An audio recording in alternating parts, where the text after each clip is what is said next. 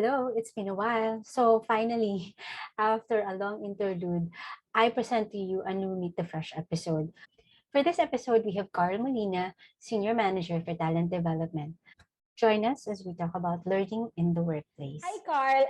Thanks for agreeing to come to my show. Ayan. So, thanks for joining us on Meet the Fresh. So, this week, ang episode natin, we'd like to talk about adult education. Adult as in matatandahan, not adult as in not for minors. Although pwede Thank you for clarifying that, no? tama at pwede ding pag-usapan yan.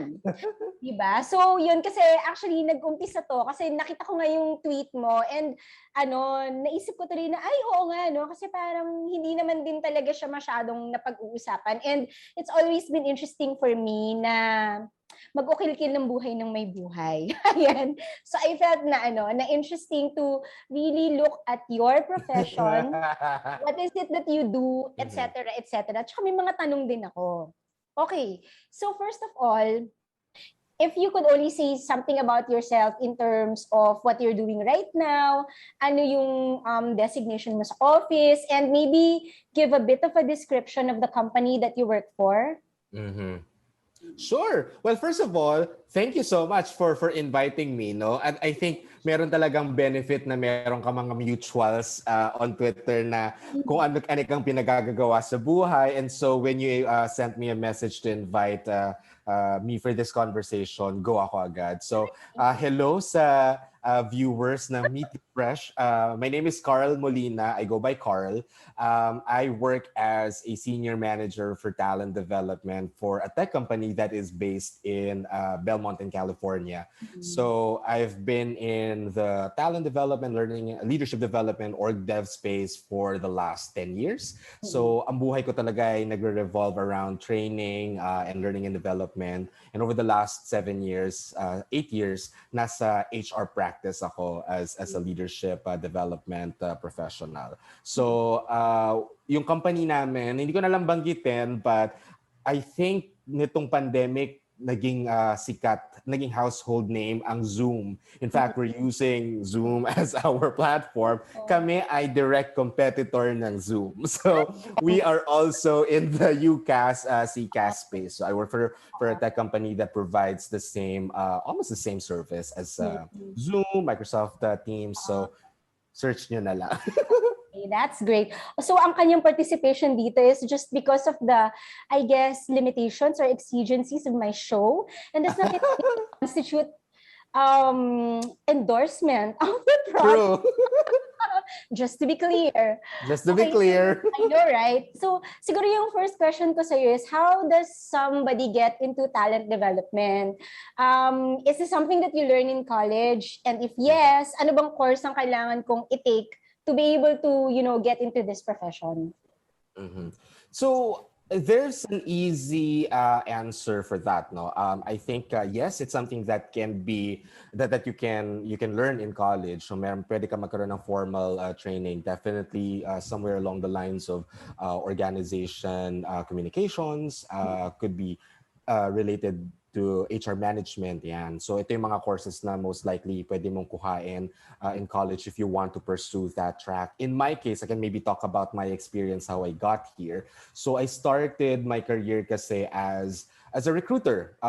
So HR talaga yung path ko. But I started off as a recruiter. But then HR, I felt like wasn't for me in a way that I've always liked teaching. Kasi prior to my stint sa corporate, I was a preschool teacher. So gusto ko talaga bongga. I was. So ang course kasi sa college ay Family Life and Child Development. And so I was really I was trained to become a preschool teacher. But I transitioned to the corporate, started off as a recruiter. But only stayed for a few months kasi what I really wanted to pursue was a career in training. And so I transitioned to communication and culture training. So I think for those folks who are familiar sa BPO, it all starts there. Like when you get into a BPO company, you have to get trained on communication and culture. So doon ako nagsimula, and I did that for close to 2 years. Tapos nag-transition ako into instructional designing. And then after close to 4 years then sa very first company ko, I realized that there's more to training than communication and culture, product specific training. No, so I got an opportunity to work with a former colleague who invited me to join another tech company, and that's where I got into HR as a learning and development senior specialist. So doon ako pumasok, ang entry point ko talaga sa training ng HR. So from there, nag-grow na yung career ko, transition to leadership development, and that's something that I've been doing over the last 5-6 years. Tapos ito na, ang focus ko now is organization and talent development because I'm also taking my diploma course on organization development kasi yun talaga yung nakikita kong path for me. So, siguro, before we go into leadership development as well as organizational development, I'd like to ask lang, kasi di ba sabi mo before you did training, but hindi siya HR talaga dati. It's really more of, training on communications? Yeah, functional or technical, yes. Oh, so what's the difference between that type of training versus yung training that you're doing when you move to HR? Great question. So I think one key difference is the length of time that people spend in training. Like for instance, during my time, and this was almost, well, actually a decade ago, ang training sa BPO noon matagalan talaga. Like trainees would spend between 6 to 12 days, on communication and culture, preparing them, and making sure that it's a necessary filter before we endorse them to the next level of training. So dito namin sila hinahasa sa pagsasalita ng English. Although before, I used to believe that there is such a thing called neutral American accent. Now I don't believe in that anymore. Doon namin sila groom, no? And then they get to transition to a product-specific training, which really depends on the account that they support. Minsan, a week, minsan a couple of months. So ganun yung length of training. So for leadership development or HR training, it's we don't really spend that much time for a single course. It can be a learning path or it can be a learning journey, especially if it's leadership development that we're talking about. Pero wala na to yung same length na ginugugol ng mga tao. Definitely the audience is also different because communication and culture, mga ano to, frontlines, frontliners sa company. But in leadership development or HR training, we're really catering to a specific group, a targeted audience, and we're looking at your leadership. So could be frontline leaders, so mga team leads, supervisors, all the way to the CXOs, so yung mga nasa executive leadership team. Depends on where they sit in the organization. So before, when you were doing yung training sa first BPO mo, was that for delivery or kasama din yung designing of the training? Good question. So, nung time ko, specific lang to training delivery because we had a different department that supports instructional design. Although under one umbrella lang naman, training, quality, and instructional design, specific lang kami sa training delivery. And so, when I transitioned to instructional design, that's when I got the fuller appreciation or better appreciation of the whole training life cycle because syempre sa training, isang aspect lang yan ng life cycle ang exposed ka. But when I got the chance to actually build a curriculum from ground up, that's when I realized that there's more to training than just delivery. So nandyan yung needs analysis, nandyan yung pag-actual design and develop ng content and how it's going to be applicable for the intended audience. So now in your current position, you're doing the whole life cycle na. Like, it's analysis hanggang... So hanggang delivery ka pa din or hindi ka na doon? Well, there are courses that I have to deliver, but there are also certain courses na nakadelegate na siya sa iba naming team members. I particularly deliver leadership courses for our mid-level leaders all the way to our directors and some of our VPs. So that's what I do. Pero now, I also still do consultation a little bit because there are specific training needs na kailangan ko alamin, and sometimes they're not part of the catalog or the roster that we offer in talent development. So I have to get into the business, understand what they need. So nagka-conduct pa rin a needs analysis, and that's when I get into the design and the development of a particular training program if needed. You also mentioned that you're also working on organization development.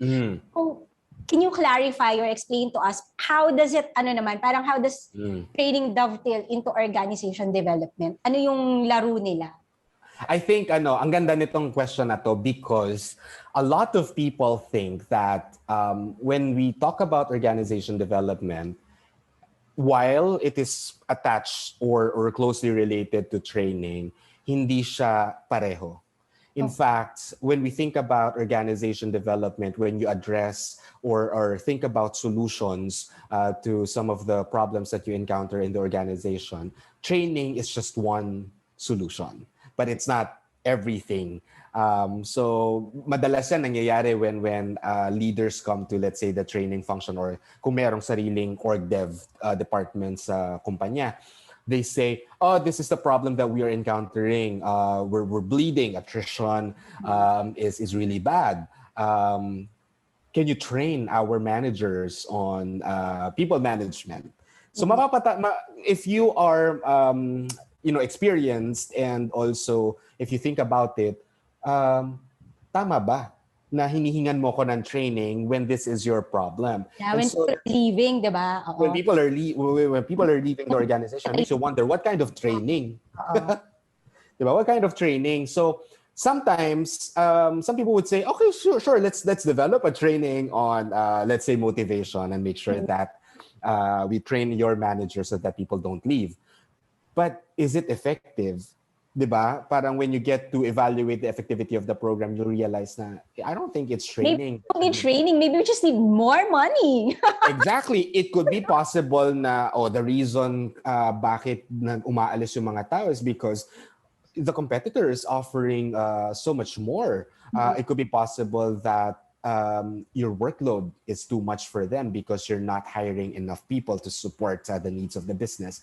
And so that's where you wear your organization development practitioner hat, because you make the recommendation na, okay, so lumalapit ka sa akin, you're thinking that maybe training would resolve this, but let me tell you, it's not.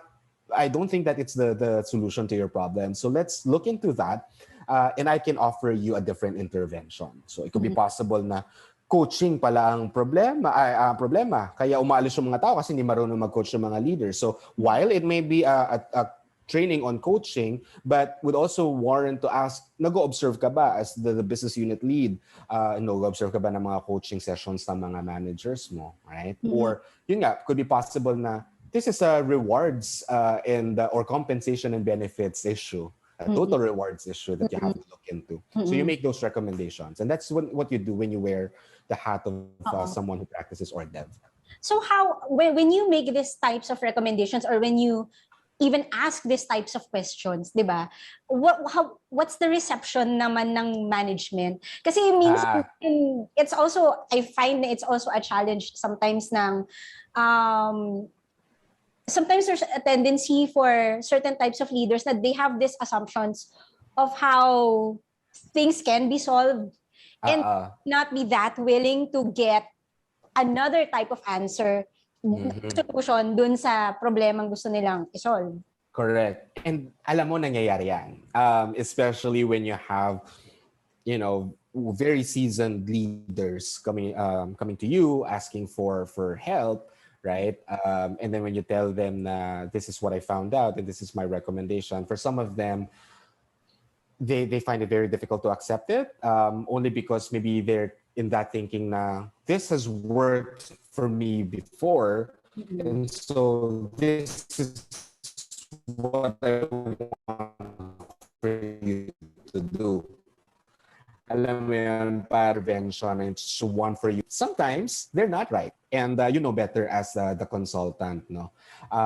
Kaya sa entering and contracting pa lang, the very first stage of your consultation, you always have to make it clear to your stakeholder na we might uncover certain things based on the information that I will get, the data that I will examine and analyze, na baka hindi ito aligned sa paniniwala mo, and you have to be ready for it.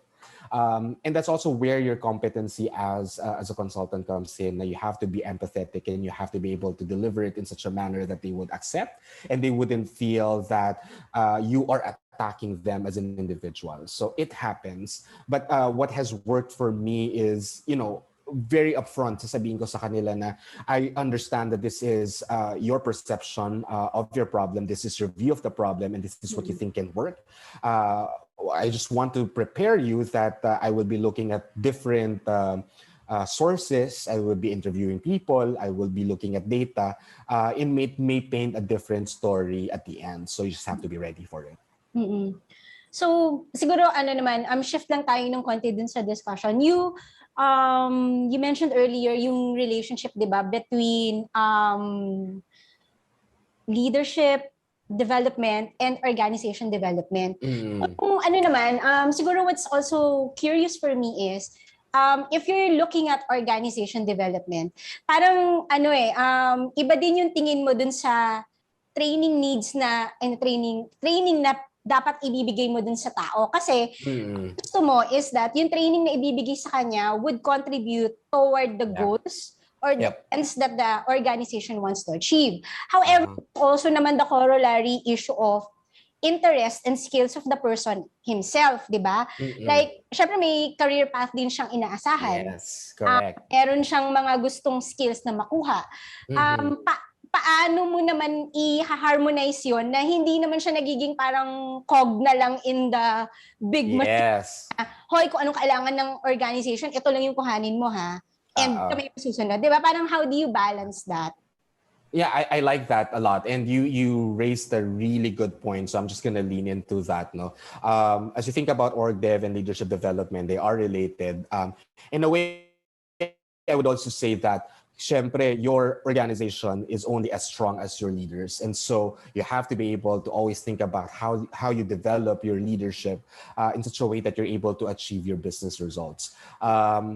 What I would say is that merong mga basic competencies na kailangan nating tignan sa yung leadership. And so it has to be determined by several people. Most of the time, ito yung mga CXOs nyo na nag-uusap-usap, your executives, your HR team, your talent development team, if you have, or org dev. You have to be able to identify talaga what does good look like.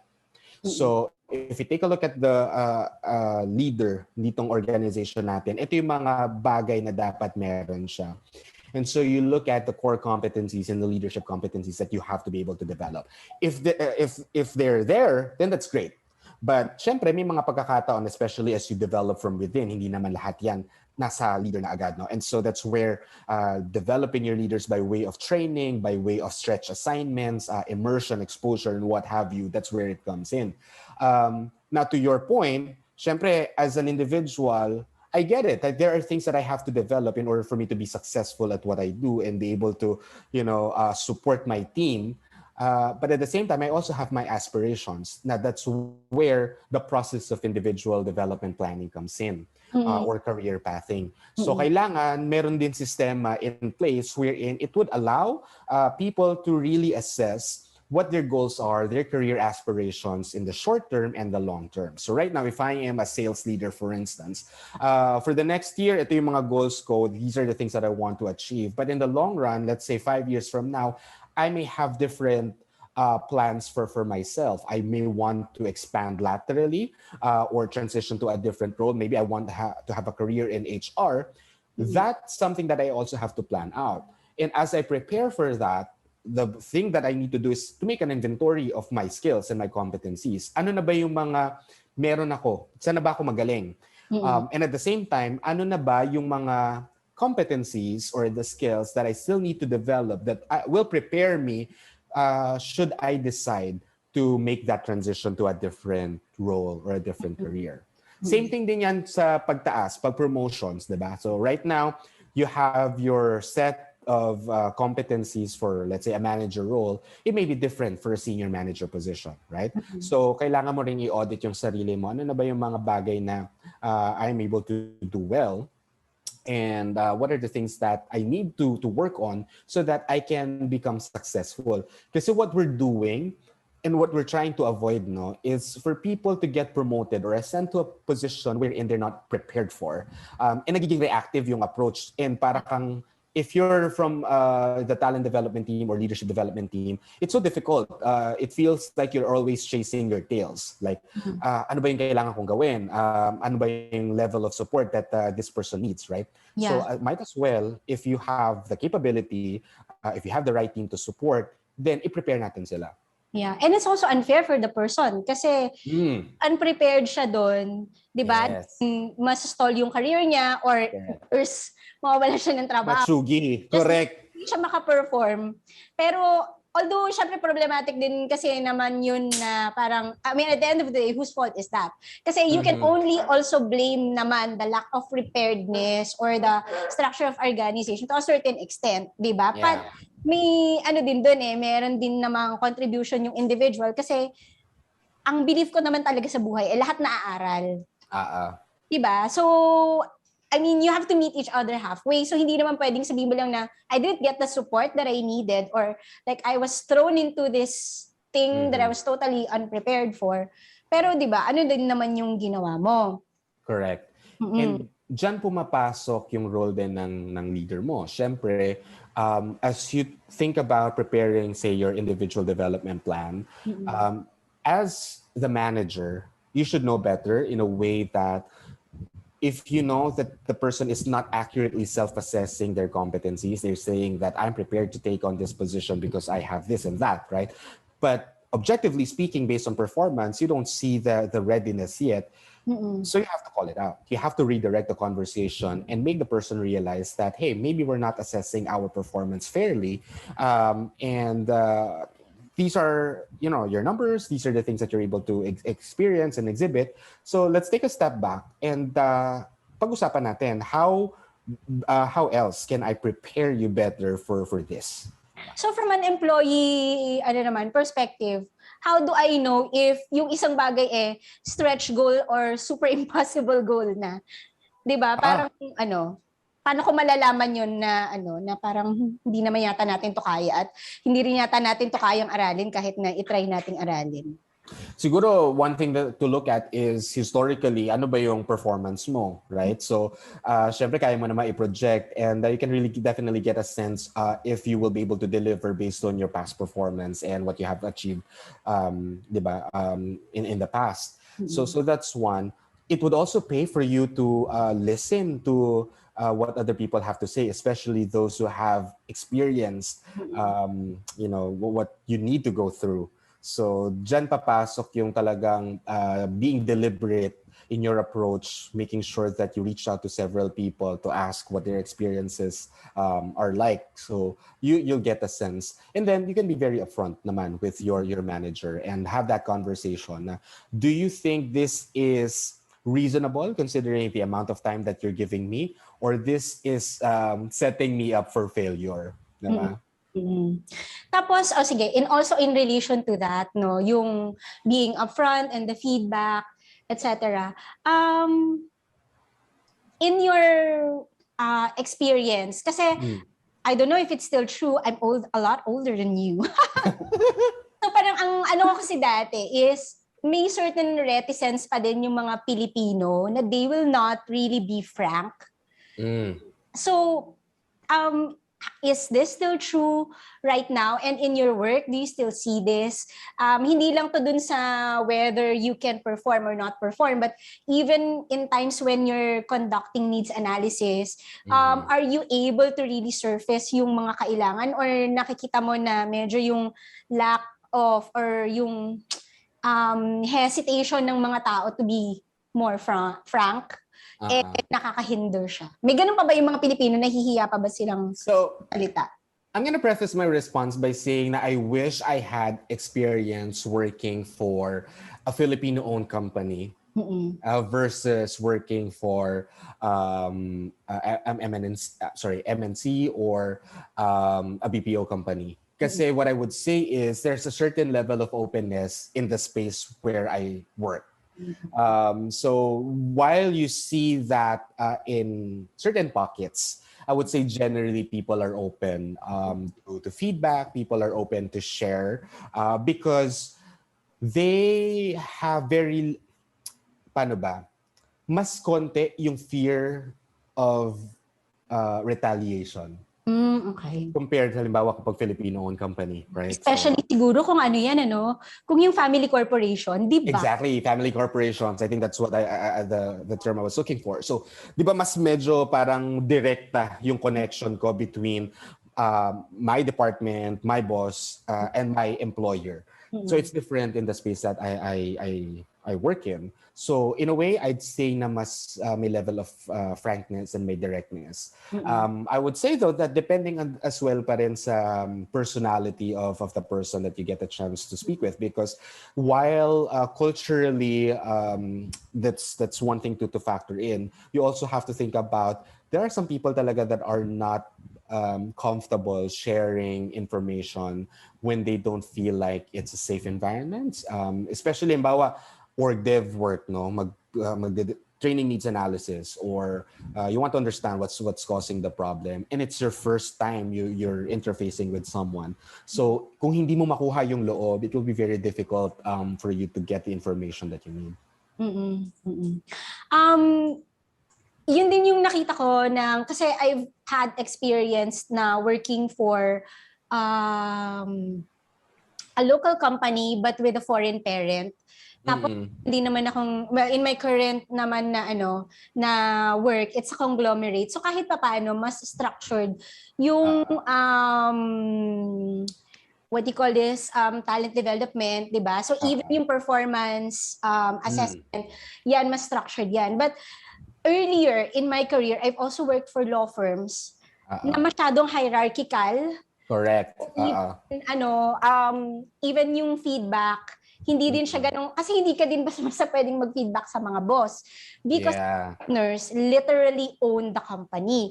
Unlike in the kunyari even BPOs and whatever, even if matataas na sila, director, managing director, whatever, pare-pareho pa din naman kayong empleyado at the end of the day. Correct. Pero yun nga, kapag law firm, partners sila, they own the company. Tapos, I find that before, talaga, even yung performance assessment, malaking bagay din dyan yung perceptions. Yeah. Unlike kasi with bigger, yung corporations na mas structured, as in talagang may guide talaga ng how do you assess, how many points you give to which metric, ganyan. Pero doon, medyo free-flowing ang mga bagay-bagay.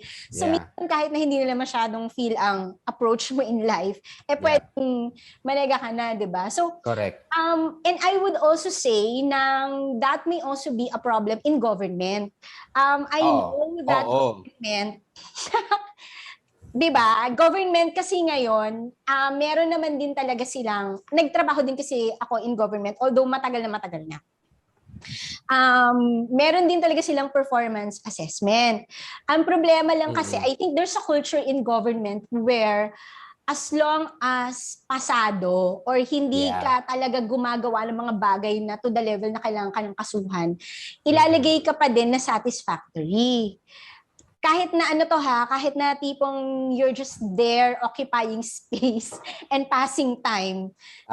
May ganung tapos medyo may factor pa din yung friendship na pag mabait ka, hindi alam mo yun, they will not give you poor marking. Performance. It's also, I think it's also going to be a challenge for government to be able to implement that. But it's also it's also kind of sad because I think professionals like you might have second thoughts, di ba, moving to government if masyadong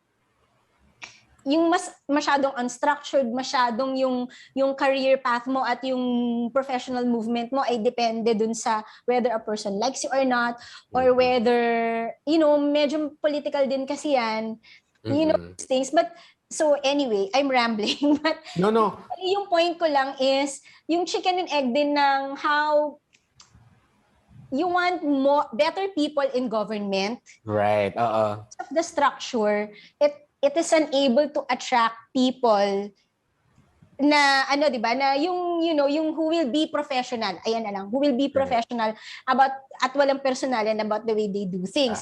And then kung meron naman silang ma-attract na ganun, the structure also probably makes it difficult for that person to keep on or remain that way. Kasi syempre if the environment also creates correct. 'di ba, yung may na-foster sa iyo na certain attitudes na pwede man palang ganito, or if I become sobrang formal na kung anong nakalagay dito and ito na yung metric, ito i-judge kita based on this. Tapos may mga magtatampo or whatever, 'di ba? So ayan. So I think it's also a challenge for government offices to instill yung mga to undertake yung efforts about organization development and leadership development. So ano ba? So I actually don't know kung paano ba siya uumpisahan. Sige, ito na lang to make it relevant to you. Have you ever considered moving to government? I've thought about it. To implement the things that you have learned in that setting. I thought about it, and the reason the reason I entertained the idea was I think sometime in 2017, 2016, there was a local government LGU that approached me and wanted me to teach coaching. So ako, that was a great opportunity in my head kasi I really want to do coaching is something that I'm very passionate about. I do think that's really how you move the needle of performance in organizations. I'm a proponent of creating a coaching culture wherein people get to understand their performance, right? Tapos government, kasi for the longest time I've always wondered bakit ganito lang yung level of service that our people in government offer, diba?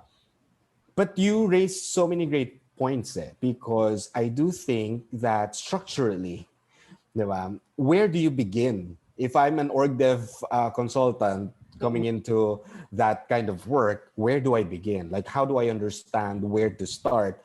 And culturally, ano ba yung mga roadblocks na kailangan kong kaharapin when I get into this kind of work? And so, for instance, when you talked about performance management, no, how do you get to impose that to, say, rank and file employees or yung mga hindi naman regular na employees, right? So that alone is a challenge. And at the same time, to your point, when you have someone being given like a satisfactory rating sa kanyang performance assessment kasi nga wala man siyang kaso, wala man siyang ginagawa, but still, if you take a look at the performance, sobrang tsaka naman yung performance.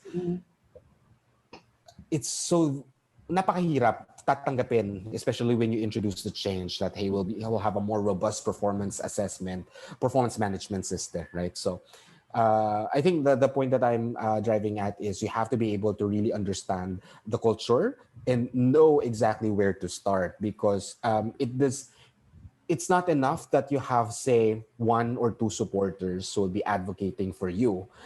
Kung buong department naman or buong LGU ang, alam mo yun, yung sistema. So, mahirap din solusyonan. I'm not saying that it's impossible, but I do think that really the great minds in the organization development and HR world, they need to come together and understand how we get to that point of solving this problem. Because for all we know, baka naman hindi dun dapat, baka outside of the LGUs, maybe could be as early as tertiary education. That's where we began. I don't know. So, yeah, pero to answer your question, yeah, napag-isipan ko yan, ginusto ko yan, I still think about it. I do think na there's an opportunity especially when you have something like, yun nga, very happy ako na nag-reach out itong LG nito because they are so open to the idea of creating a culture of coaching. But at the same time, makes you wonder, is coaching really the right approach here? Kasi baka hindi naman ito yung kailangan talaga nun. Sige, pag naging presidente ako ng Pilipinas, Oo. there's an office under the Office of the President and actually also under the Civil Service Commission, attached agency siya. It's called the Career Executive Service Board. Oh. Executive Service Board is the organization that gives out yung career executive service eligibility. So, cover niya ay mga division chiefs, directors, hanggang career na undersecretaries. Ito yung managerial cohort ng government. So I used to work there actually. Okay. Oo, alam mo kung ako, mabibigyan ako ng posisyon, gusto ko din magpa-appoint doon. Kasi I feel like, okay, so what the Career Executive Service Board does is to give that career executive service eligibility. It's called third level eligibility. Kasi there are 3 levels of eligibility in government. So yung first is yung super rank and file. Yan. Tapos yung second is yung mga, parang na medyo supervisory ka na, ganyan. Tapos yung third level, ito yung talagang managers. So ang ginagawa talaga ng CSB is, aside from giving the eligibility, also providing training kasi kailangan in-maintain nila kasi may may in-earn ka na points so that from 1 magiging 4 ka. Tama ba ako? O 4 yung pinakamababa, tas ganun yata, 4 ata yung pinakamababa, tas 1 yung pinakamataas. So parang you through training and of course para umusad din yung yung career mo as a manager, basically, is you also have to remain in a managerial position. Diba? So yung year of tenure mo plus the trainings that you earn will allow you to move to the next rank, to the next rank, to the next rank. Okay. So ganda siya na concept. Tapos, they have an organization. Itong mga ang tawag sa kanila SESO. So baka nakita mo na tong kita ka na government officials, as nilalagay nila yung SESO 1, SESO 2, SESO 4 dun sa kanilang pangalan. Ganun. So, organized din sila. So, may organisasyon sila, tapos may board na maintain dapat nun. So, entry and training. So, isipin mo yun, if you're able to manage that, you can influence the way of thinking of the managers of the government. True. So exciting. It is. Ang question ko though is, I do think naman na isa din to sa mga kailangan nating bakahin, no? Like the mindset of people in the government right now, because admittedly these are not to be ageist or anything, no? Pero medyo they come from a different generation that they may not really be open to learning and development, right? So I think that's also part of the problem in a way that you cannot influence, because that's not the culture in the government, or at least that's how I perceive it to be. I may be wrong. Na hindi ganun ka-open sa training. I think training for them in a way is an opportunity to get promoted, right? Or an opportunity to get away from work at least for a day or two. I'll be sent and may stipend. So maganda yan, maganda naman. But it's totally different in the context of, let's say, the corporate world. So yeah. Actually, sobrang anong nangyayari kasi dito, since they need to provide training, so they need to qualify like providers of training. Ang problema, I think totoo. It's do they actively look for providers, or are they just waiting for providers to contact them? Kasi and of course, if you're looking, I'm not sure kasi if there are like learning or training professionals working in doon, kasi galing ako doon dati. Parang dati wala. Sorry baka magalit ang mga naging office mate ko dati. Ang iniisip ko kasi dito, kung hindi kayo well, una sa lahat, how do you know what to look for? And then, maghahanap dapat kayo. Kasi kung mag-aantay kayo ng lalapit sa inyo, then you might not be getting the best. And oh my God, when I was there were times when they were providing super cookie na mga training. Oh my God, there was this one time na parang nag-invite sila ng consultant na nagpa-art-art. Tapos kesyo may mga siyang chuchu, but basically nag-watercolors at nag-drawing sila. Yun yung mga ganong and like attendance in this training, syempre even if it's provided by the CSB, it's paid for by the agency.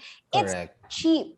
It's like 10,000 a pop, 14,000 a pop. So, di ba? And it's a missed opportunity na tas magda-drawing ka. I mean, of course, I did not attend. So, malay ko ba naman, well, there was something earth-shaking na tinuro. Pero from afar, na nag-drawing sila, tapos nag-watercolor, parang medyo naanuhan lang ako ng, oh my gosh, may pagka-new age leadership chuchu yung nangyari.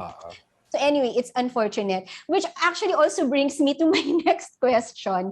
So when you're looking for training providers, how do you know which are legit and which are not? And sino yung hindi okay?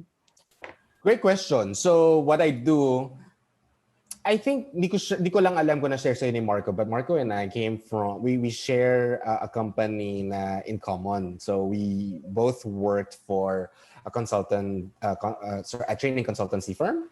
So I have an exposure to the inner workings of working for a consultancy, no? So kung ako ang company na naghahanap ng training provider or training vendor, there are certain things that I'm gonna look for. Definitely, number one, kung sino yung magfa-facilitate and training. So I look at the roster, the credentials of the person who will be facilitating the training that I need. Number two, I look at the outline. Actually, mauna yung outline more than the facilitator. I look at the outline and see. Kasi makita mo naman sa outline kapag especially if you're experienced in the training space or leadership development space, makita mo parang ito nothing earth-shaking. Ito kailangan to tanggalin because it doesn't work well. It wouldn't be well received by by our organization. Ito okay to kasi I haven't heard of this before, so I want to try. Ito standard to, kailangan tong ma-cover. So just looking at the outline, you would know kung meron namang merit yung offering, diba?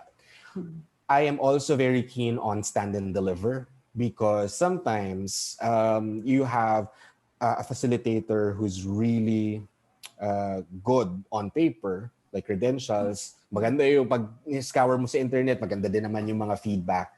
But it's different when you see it.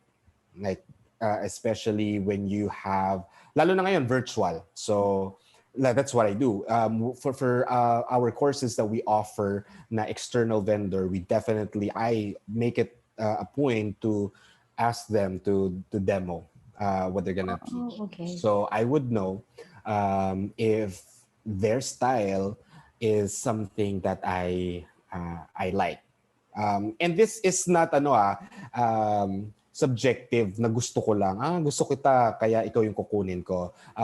In my experience being in training as well, I also have certain minimum requirements that I look for in a facilitator. Ano bang criteria for judging mo? Madami. So, pinalaki ako sa IBS-TP. So, that's what we use when we observe. So, kailangan we look at someone who is engaging, facilitate. I really like facilitators who are able to ask the right questions so that they will be able to draw the responses and the realizations from their participants. So, and hindi engagement na very mababaw in a way na, can you read this slide? No, it doesn't work that way anymore. So you really want someone who can fully engage the audience by way of asking the right questions, making sure that they're able to process and debrief activities and talking points.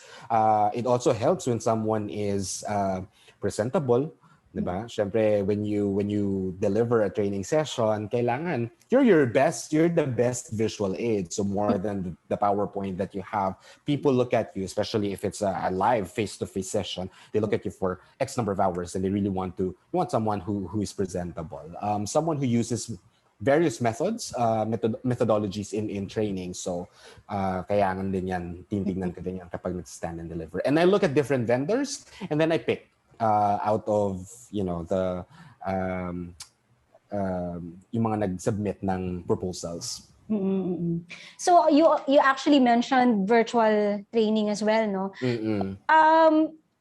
Syempre lahat tayo na force. Although of course where you're working at right now, since you're a BPO and the parent is actually based Mhm. outside the Philippines, so syempre medyo may facility na talaga kayo for conducting and providing learning sessions, ganyan, Correct. virtually. Mhm. But have you also made some adjustments on the way that you deliver training ngayon na merong pandemic? And if yes, Oo. how? Definitely. I think we're just lucky because the our company and the product that we have is ideal, especially in the context of the world that we live in. So may readiness kami in a way that our product already supports it. For us, the main challenge was how do we pivot from our in-person offerings into something that's more something virtual. And so we're so lucky because last year we were able to do it in such a short period of time.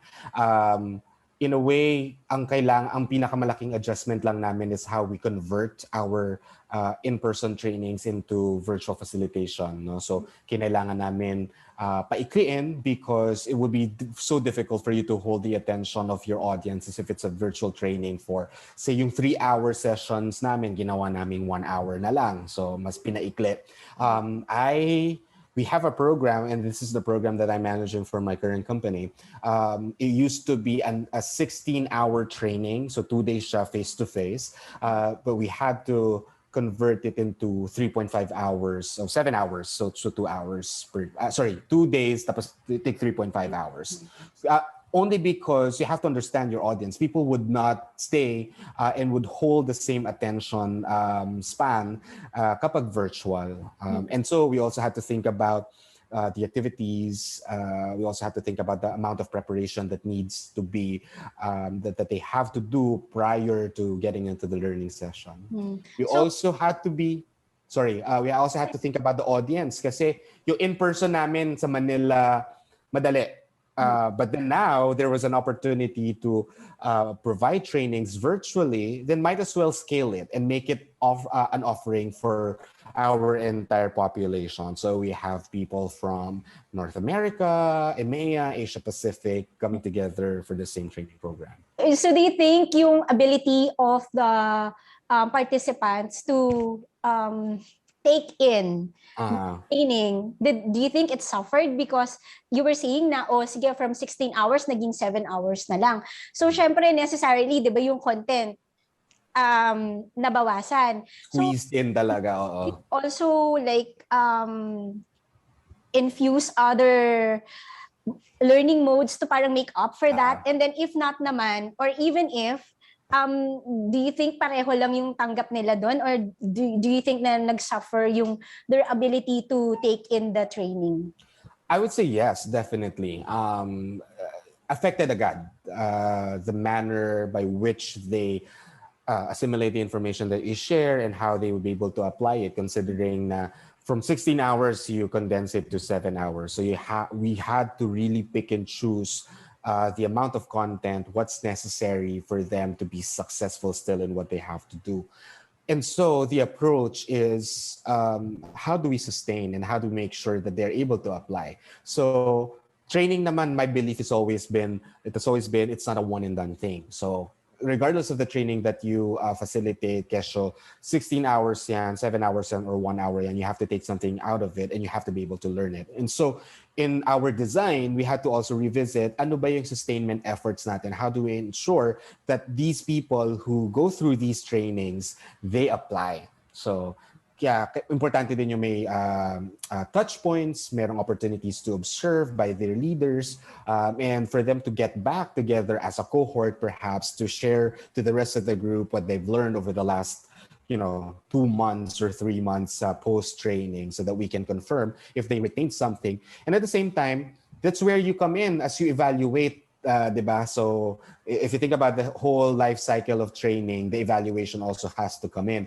Are we able to see some changes in behavior, and does that impact performance and our, goals as an organization? So was there a significant change?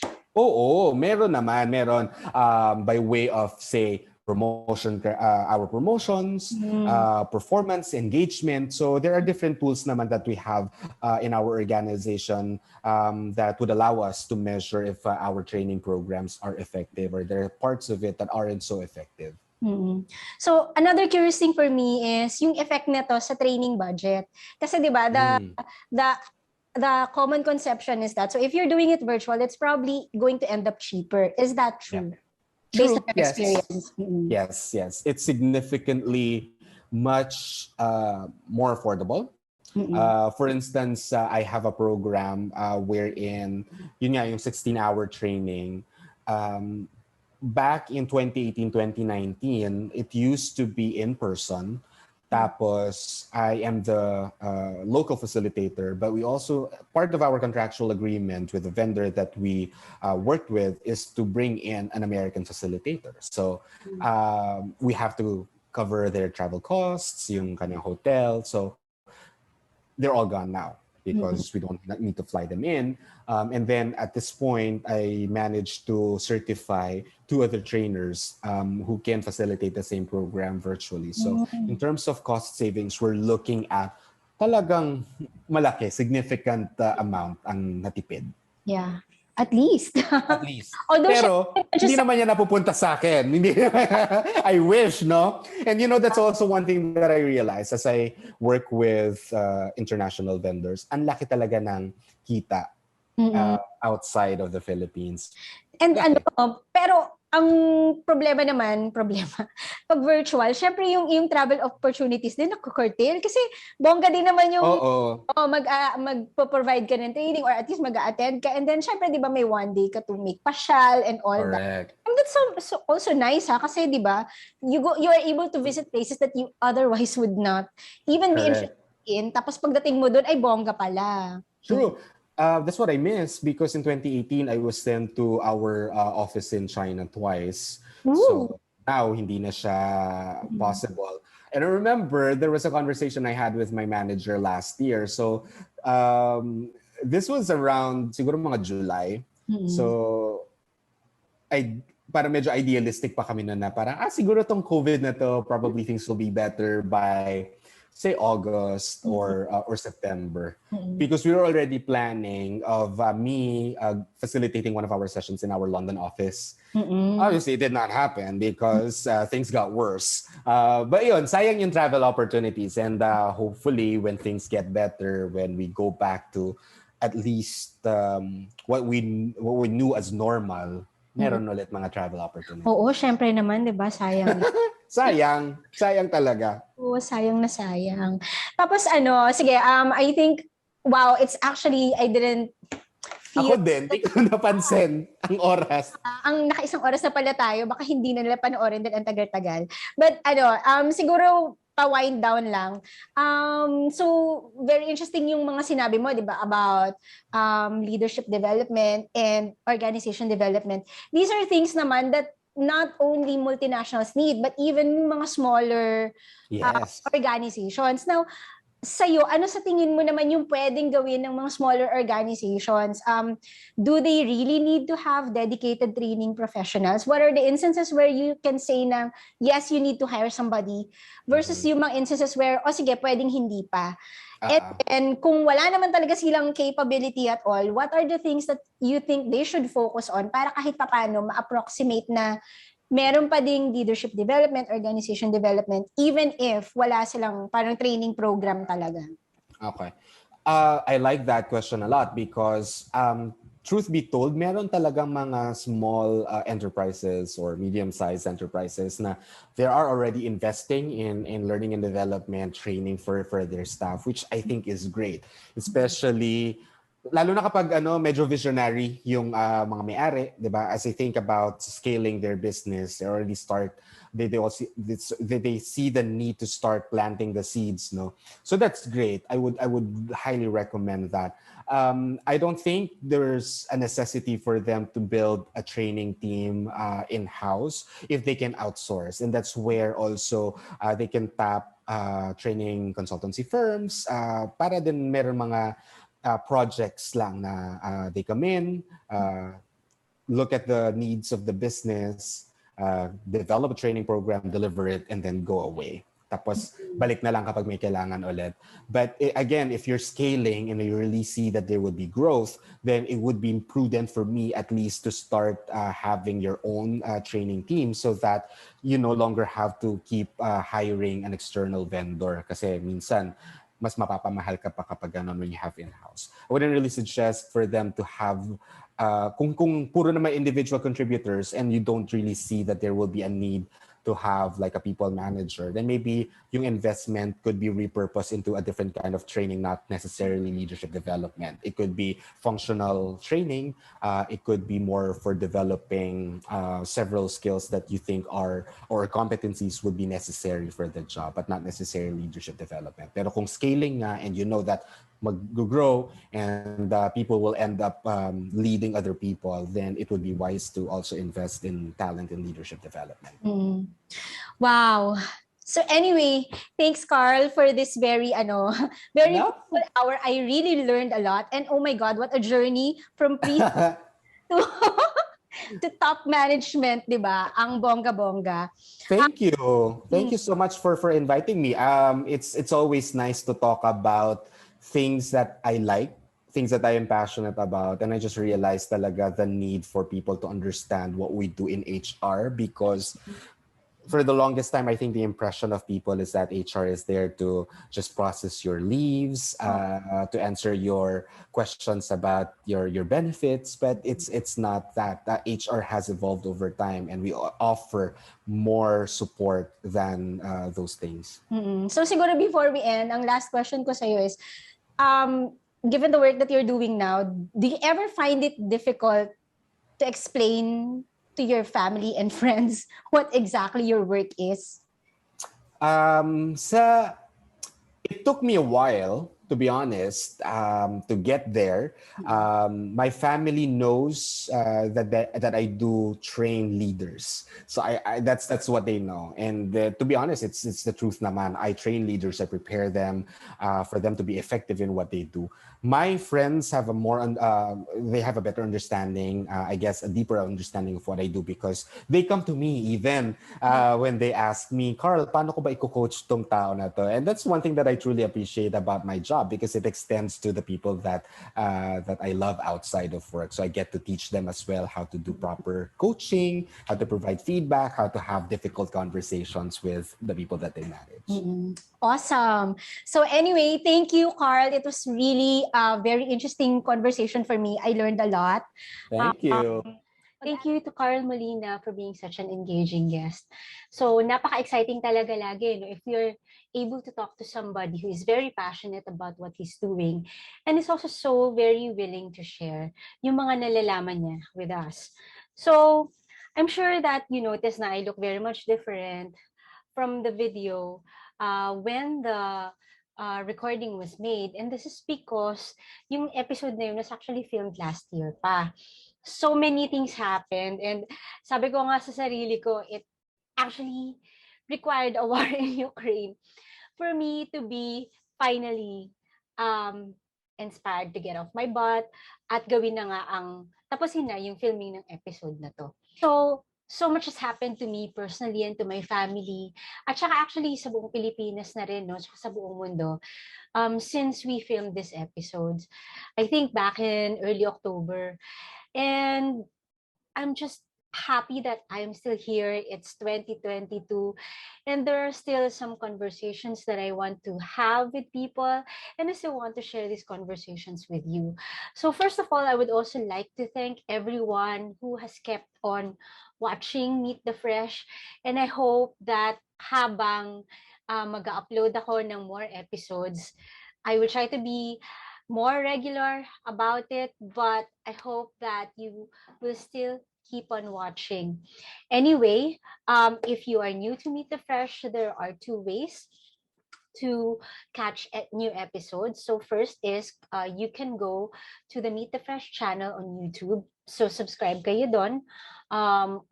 Kung if you prefer naman sa Facebook, you can go to the Facebook page Meet the Fresh Live and follow that page. So you will be notified kung may mga bagong episodes. Anyway, this is my 19th episode and I've been doing this since 2020, sabi ko nga. I'd like to thank everybody who has been with me from the beginning, who has been watching episodes kahit nung live pa siya, and who has remained um, an interested follower, ayan, of all of our conversations. So thank you so much for joining me. Thank you so much for your appreciation, and I hope that you will keep watching more episodes of Meet the Fresh. So thank you for joining us on this episode, and see you on the next one. Bye!